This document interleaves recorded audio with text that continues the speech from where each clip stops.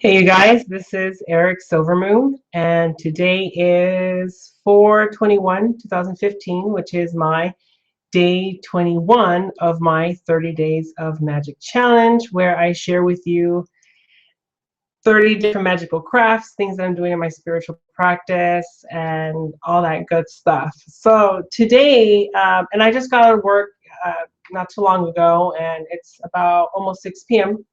here in California, and I've recently been having some possible issues with sleeping, not necessarily, going to sleep because I could go to sleep like that, but I haven't been getting very restful sleep because I feel like my mind is very active and it wants to, constantly create. Um, either create or either study. Like I get excited about books that I have, and so I'm thinking about like, oh, I can't wait to wake up so I can read it, or I can't wait to create this, whatever it is. And then my partner Eric, which if most of you have already know, his name is also Eric, so I'm not talking in a third person or anything like that. So yeah, we're both Eric and Eric. So my partner has been having issues going to sleep. He also feels like his mind is very active, and so I did take a look around our room, and I kind of noticed what do we have that is keeping us awake in our headboards, and we had our cell phones there charging. We had a lot of electrical interference, our alarm clock. So I ended up moving all that electrical stuff out of my little cubby areas that we have. Our headboard has these two deep shadow boxes on both sides, so you could put like books or stuff in it. But I had my cell phone charging. I had my Nook charging, and he had the alarm clock on the other side. So there's a lot of electrical energy there that probably didn't need to be there. So we moved it somewhere else. And now I have these two spots that are empty. My fiance Eric, he's very obsessed with Marvel comics and DC comics. So he has excuse me, he has these piggy banks, I guess, of Batman, Superman, and Green Lantern. So he chose to put those there. And I was looking at my shadow box, and I said, you know what? I think I'm going to create an altar for us while we sleep to promote a healthy sleep cycle, to promote healthy dreams. In my case, I will like an altar that, helps me with my prophetic dreaming, with my lucid dreaming, with my psychic development, for astral projection. Like I want all that magic stuff to happen also in my dreams, in the sense that I don't want it also to keep me up. So I'm going to be using it in multiple ways. And that's just going to come in handy when it comes to my intentions before I go to sleep of what I want that to happen. I'm going to pray with my altar and then go to work. And so I was looking at things around my office of things that I wanted to move around and maybe include in my headboard altar to promote healthy sleeping. And I wanted a dream catcher, and someone actually, one of my friends on Facebook was talking about if I knew anybody that made dream catchers or that sells them. And I told her, I really don't know anybody that sells the dream catchers rather than the ones you can find on the store. But I make dream catchers for myself. I don't necessarily sell them or anything. And so I have a dream catcher that I made up here. So I'm gonna move the camera up so you can see it. Light. It's a dream catcher that I made. It has some crystals in it, and in the center it has a wired wrap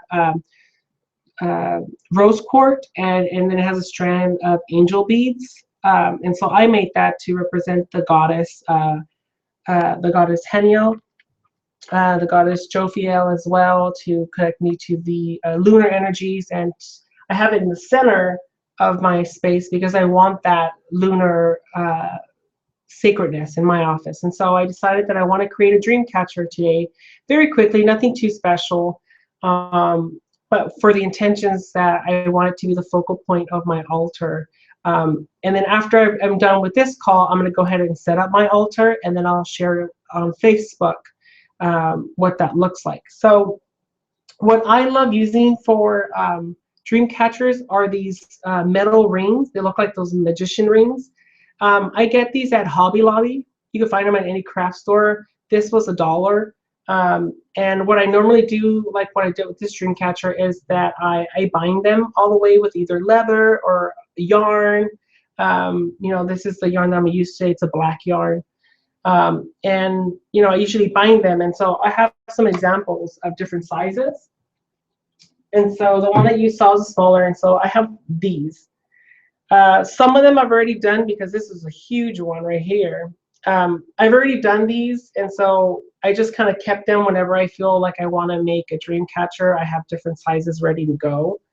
And for colors, I can always just change them. But, you know, green and purple tend to be the colors that I really resonate, and white for dream catchers. You know, dream catchers have a huge history when it comes to Native Americans and other different cultures. So I'm not going to go on a educational spiel here. So I decided not to wrap this one because I like the silverness, the silver color to it, the shininess, and I'm going to do it with black, so it's going to look pretty nice. And I had these charms that I created, but I didn't know what to use them, so I might incorporate them. It's just these really clear little crystal beads, and then it has an amethyst hanging on it. And so I have 2 of these, and then I have one of the same kind of style, but with the owl charm on it. So like I said, I don't want it to hang very low, and I don't want to have, you know, elaborate feathers, because then it's going to drag. It's not a very big space. And so I'm going to show you just very quickly how I do these. And so I took enough yarn. This might be way more yarn than I actually need. And what I'm going to do, and I'm starting to think that maybe I should have got my working table. I have my working light on, my working candle, but I'm just going to show you on here. And so what I like to do is I like to see where I want to start. And so I kind of just create a knot on the top. And so I just do like a cross thing. And there's so many different videos on how to make dream catchers, and they'll probably do a way better job at showing you. But so I'm just going to do a knot and tie it there, so it's just kind of, you know, like loose. And what you want to do now is you want to hold this slack here so you have some room to move. And what you want to do is a loop. And so in this case, you want to grab all your yarn, and you just want to loop it. And when you have a good size of where you want it, you want to push this whole yarn in this loop. So if I move it in here, I have this that happens. And so again, I'm probably not a very good how-to teacher, but you just kind of loop it so the yarn goes in here. And so I'll show you again. So I feel comfortable with this length here. And so I'm going to tighten it a little bit. And I'm going to do the same thing on this end. So I'm going to wrap it and then loop it through that hole there. And then I'm going to position it to where I want it.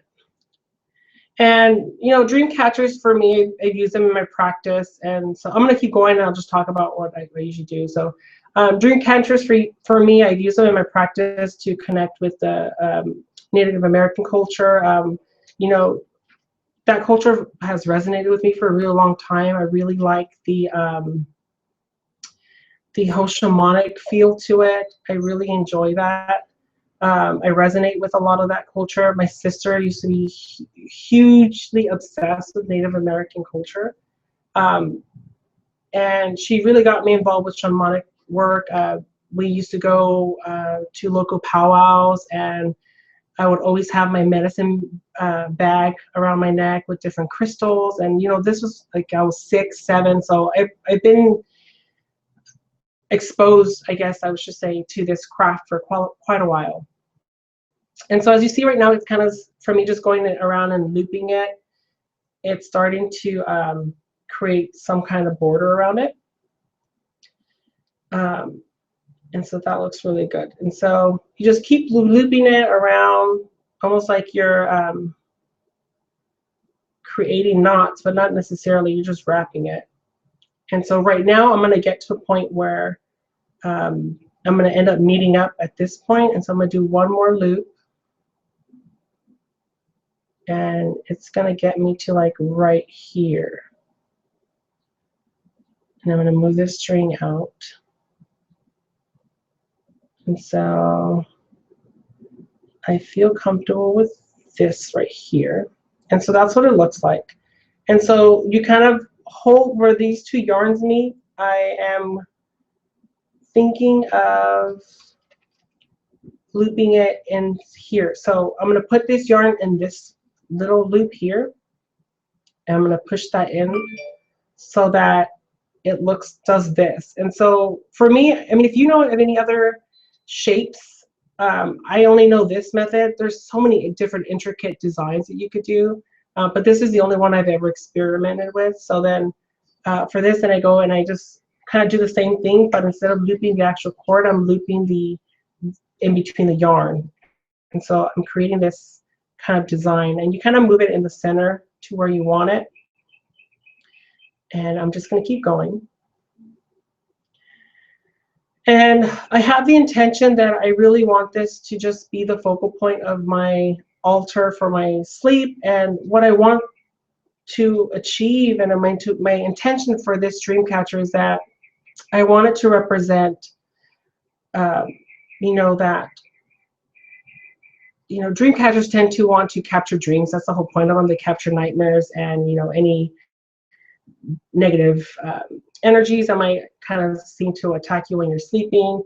So I'm keeping the original intent of what the dream catcher is supposed to do, but I also want it to remind me that I'm being protected while I sleep, that my spiritual tribe has my back while I sleep. And so as you see, the more I kind of just move in and out of the dream catcher, it tends to take a shape. And the frustrating part is when the string starts getting undone. Like right now I have all this stuff, it sometimes could get knotted, and so you just want to be mindful of that. But it really is just going back and forth until you get to where I'm at right now. And so you can see that it's doing something. And so the next one is to go in here. So I'm going to push it through and tighten it, and it's starting to look like something. And so the next step is that I'm going to go ahead and do it in the second row of ones that I've made. And I'm going to keep going. And one day I'll get really good at editing my videos so that I could just do like a time lapse of, you know, me doing them and then how they do after I'm done.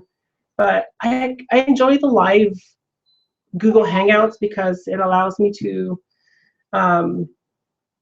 really just see my progress on how long things take, and I get to kind of communicate with people, their Q&As and their questions, and it's live, anything could happen. So you start seeing that it's forming some kind of shape, and you just kind of go back and forth. And let me see where I'm at right now. This is a point where it gets a little sloppy. So I'm going to take all this string out, and I think I might have a knot. So I'm going to have to go back and let me put this down really quick. Yeah, so I mean, if you guys have ever made a dream catcher or experimented in different things, you know, if you have pictures of those, share it with me. I would love to see your creations. I haven't been too creative when it comes to dream catchers. I tend to make them only when I feel guided to. It's been very meditative, and it's very soothing to sit down and create different kinds. You know, when I did this one here, the one that was above me, I really resonated with the lunar energy. It was, I believe it was a full moon, and I kind of just wanted to create it. I wanted something that reminded me of where I was in that moment, and I had all the materials to make one. So I just kind of sat and meditated and put my working candle, put some good music, and really had a ritual about creating my dream catcher. And so I'm back here tying these, and every time I make one, they look different. That's kind of what I like about them. Sometimes they look like snowflakes because, you know, not all of them look exactly the same, and I like that. There's a unique quality. And so um, when I have my intention of what I wanted to do, I allow myself to just really think about what that possibly might look like. Um, and I kind of just sit and do it. And the reason I feel really spacey right now, and I apologize, you guys, that this video is not very fluent, is because I'm kind of sitting here channeling the energy, and it kind of distracts me a little bit. So it's really hard to communicate, show you how to do one, and try to figure out what I'm feeling, because I'm trying to sit here with this intention of creating this dream catcher, for positive sleep, for it to protect me from any kind of nightmares, any kind of negative energy that I need to release. I know that if I have this right by my bed, it's going to help me release that. And so, again, this video is probably going to be a little bit different from the other ones I've made, because it almost feels like I'm talking while somebody else is talking in my ear, and it's very distracting. So yeah, the image is going to look different. It's going to look the way I'm doing this looks completely different than any of the other ones I've ever made. And I feel like this is the design that I was supposed to create for my purpose. And so when you make one, it can look completely different. And so you just kind of loop it. And at this point, I feel like it's all filled up, and I'm going to go ahead and trim it. So let me get my scissors. And I'm going to cut the slack of this so that you could just see that I have this going on. And what I'm going to do is I'm just going to tie this to this, and then just loop it and knot it right there. And I'm going to do it one more time where I just find a place to knot it, and then that's it. And then what I'm going to do is I'm going to trim that little piece. And so this is a design that I felt guided me to work with my dream work and have this in my bed. And so, like I said, you could add different crystals to it. You could sew on little beads and different. And so I wanted to keep this simple because it's going to go right in my bed, and I have a little limited space. But like I said, I do have these charms, and so I'm going to loop them. So I'm going to have it facing me so that I could go ahead and tie them in. I'm going to try to figure out how to do this.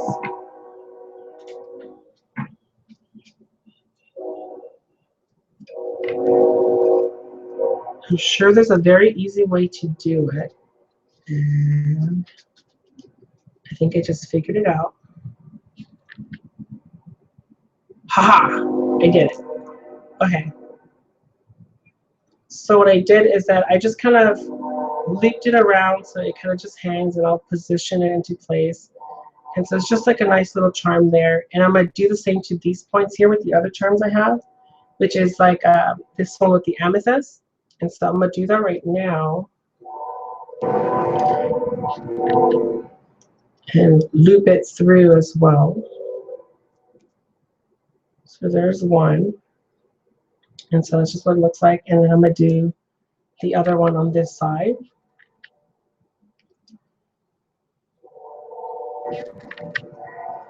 Okay, perfect. So I have these. So these two little amethyst points, and then I have my little owl there. And that's as far as I want to go with it. And so I'm just going to keep it very simple. I'm going to stand back so you can see it. It's really simple. It's nothing too, extravagant like, the one that took me, the one I'll show you again, just in case you forgot to see it. But the one I have up here, that one was a little bit harder because there's crystals and beads all around it. I used chicken feathers for that I bought on Etsy, amethyst, and there's two of them. So what I did with that one is, I'll show you right now. I got these two different sizes. So I have this larger ring and then this little ring. And what I did is that I tied them together here to give me, let me see if I could do it, that crescent moon shape. And so I hung the crystal here, and the rest I just did the webbing in here. So it just kind of went back and forth like that. And so you could do different things with them. And so, like I said, I think this one was $1.25 and this was $1 at Hobby Lobby. You can get them at any craft store. And yeah, so that's pretty much it. I know this video is going to be kind of random. You know, it's not like the other videos where I really went into the how to making them, but super quick. I think it's going to do its job, and that's it. And so the next thing I'm going to do is I'm going to set up my altar in my bedroom, and I'm going to take a picture of it and then share that with you guys on Facebook. And I appreciate you guys, you know, for everything. I mean, Kimmy, actually just watched the video of Kimmy talking about, you know, her day 12, and my intentions are the same. When I first started this, I really thought that it was just going to be, you know, something fun and, you know, cute. You know, I'm going to do some craft and stuff. But what has happened in these past 21 days is that I've really got to be confident in my craft and how I communicate my passions and desires. I feel like I've really allowed myself to be creative in the sense of my spell work, and you know, realize that I like teaching, and I like talking about things a lot more than I thought I was comfortable with. And so I've received a lot of aha moments through this experience, and so it's been a trip, to be honest with you guys.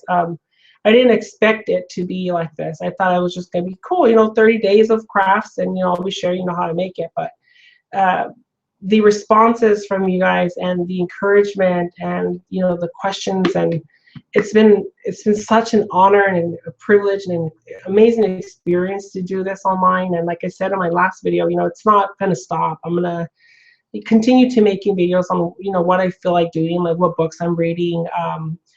Like I said, I'm gonna do some interviews with some people that I love, some of my friends that are fellow witches that are doing amazing things, and you know, want to ask questions about their practices and how they do stuff. So I appreciate you guys joining me today. Again, I apologize that it was a kind of weird video, because it was strange, because this happens when I talk about the angelic realm, is that when I'm working in this sense where I'm really focusing my energy on an item and an object because I want it to work with me, I start hearing and receiving the message intuitively. And so it's almost like I'm trying to speak on top of someone else speaking to me, and it's such a trip. And so it's gonna be interesting when I go back to see this video and be like, what the hell was I talking about? I feel like I'm high or something, but that's what happens. And when I talk about the angelic realm, my angels really like to join in, and they like to talk about stuff.